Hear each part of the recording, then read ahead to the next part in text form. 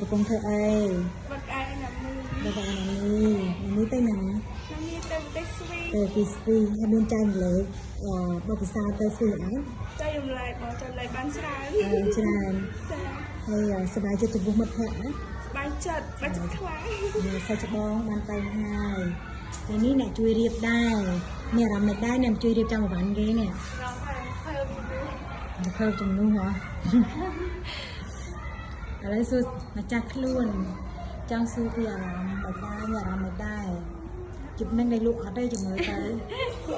មើលមានអារម្មណ៍មិនដែរជំរាបសួរបងខ្ញុំឈ្មោះច័ន្ទមេឃខ្ញុំរៀនថ្នាក់ទី10នៅថ្ងៃអនាគតចង់ទៅជាគ្រូពេទ្យខ្ញុំរស់នៅអង្គការរយៈពេល8ឆ្នាំហើយខ្ញុំត្រូវជាជនរងគ្រោះដែលត្រូវពុកចង់ធ្វើបាបសម្រាប់ខ្ញុំសប្បាយចិត្តខ្លាំងបងចិត្តខ្លាំងចាបានមានដីសម័យថាបានទៅក្រៅគេដែរបង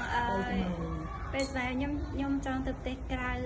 ដូចជាប្រទេសស្វីសហើយនិងប្រទេសបារាំងចាឥឡូវបានទៅបំណងទៅខាងណាចាបងហើយណាមីអូនជាជនជាតិខ្មែរណាចាបងខ្ញុំជាតំពួនហើយខ្ញុំចេះភាសាគ្រឿងទៀតចាបង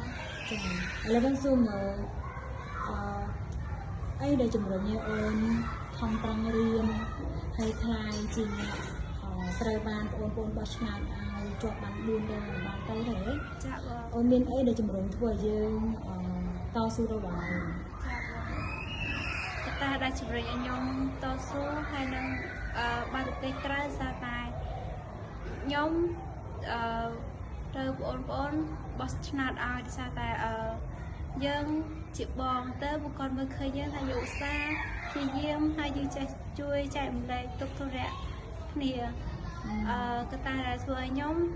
ពុះពៀមកដល់ឥឡូវហ្នឹងទី1សារជីវភាពខ្ញុំក្រហើយខ្ញុំបានម៉ាក់ជំរុញឲ្យកាត់ខំរៀនសូត្រហើយនឹងធ្វើជាក្មេងល្អដើម្បីជាតំពេញស្នើស្ដីសម្រាប់ប្រទេសជាតិមានអីទៀតទេជាចុងក្រោយសូមអរគុណដល់ម៉ែចាស់ដែលតែងតែជួយទំនុកបម្រុងសម្ភារៈសម្រាប់កូននៅក្នុងអង្គការផ្សេងទាំងអស់ម៉ាក់គឺជាមនុស្សម្នាក់ដែលសំខាន់បំផុតសម្រាប់កូនម៉ាក់ជាស្ត្រីដ៏អស្ចារ្យបំផុតសម្រាប់ពួកកូននៅក្នុងអង្គការនេះអូខេជូនពរបងស្រីឥឡូវម៉ាក់បានយកទៅប្រទេសស្វីសនិងបានទៅប្រាំងហើយឲ្យក្តីសម័យឡើងនេះខ្លាចជាការប៉ັດហើយអញ្ចឹងម៉ាក់នឹងសប្បាយចិត្តនៅពេលឃើញវីដេអូរបស់អូនណាជូនពរណែរៀបចំណែសាច់ច្បងហ៎អ្នកជួយរៀបចំបលីឡើងមួយថ្ងៃហើយ